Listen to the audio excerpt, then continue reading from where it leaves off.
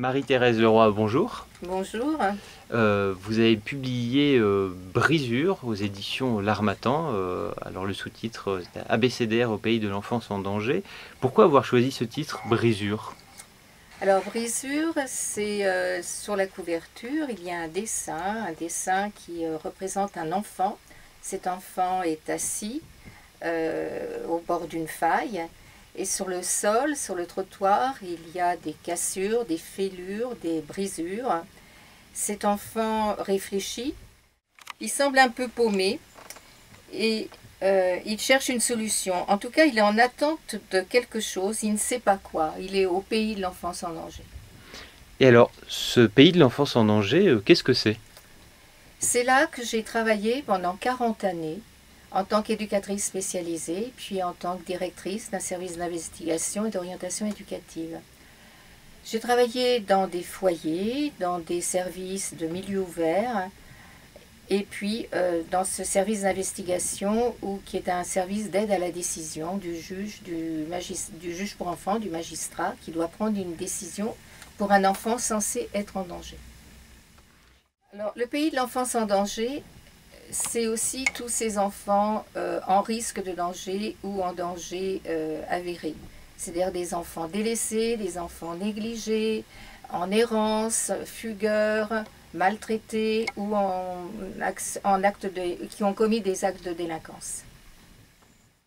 Alors, quelle sorte de rencontre?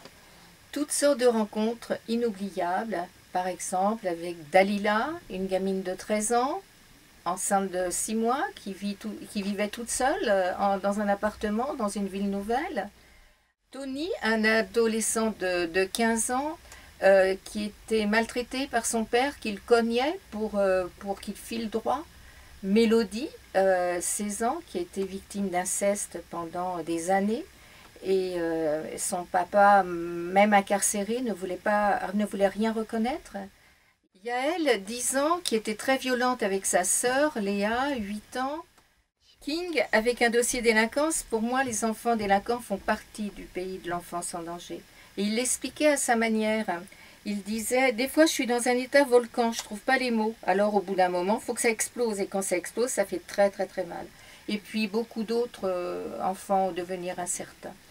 Il y a aussi des rencontres émouvantes avec les parents, avec cette maman qui ne supporte pas qu'on lui dise « mais votre fille va bien comme d'habitude ».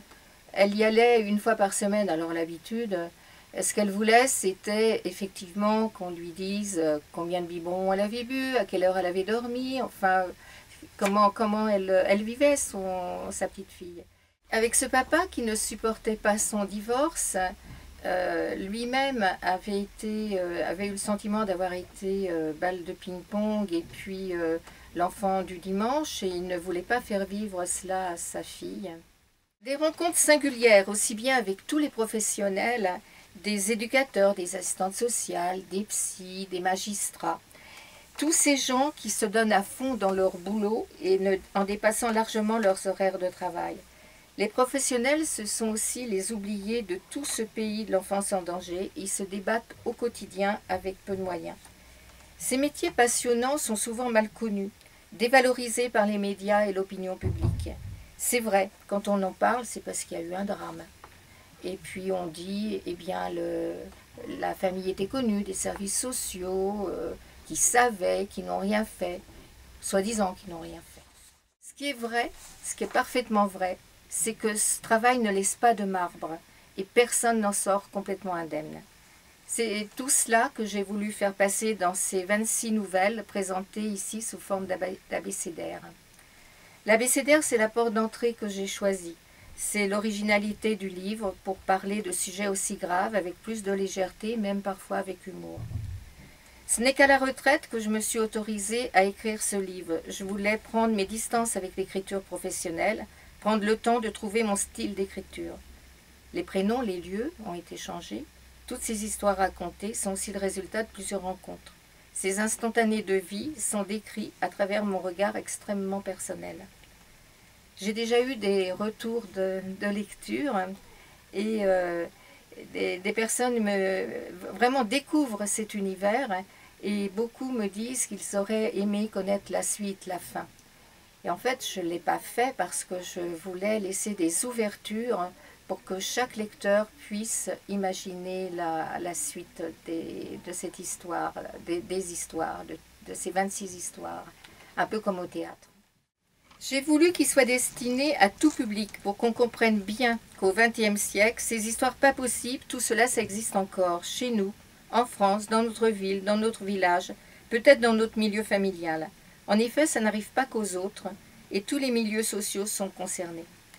J'espère seulement que le lecteur lira ce livre avec intérêt et curiosité, qu'il aura un autre regard sur le pays de l'enfance en danger et qu'il réalisera que personne n'est à l'abri d'une brisure dans son parcours de vie.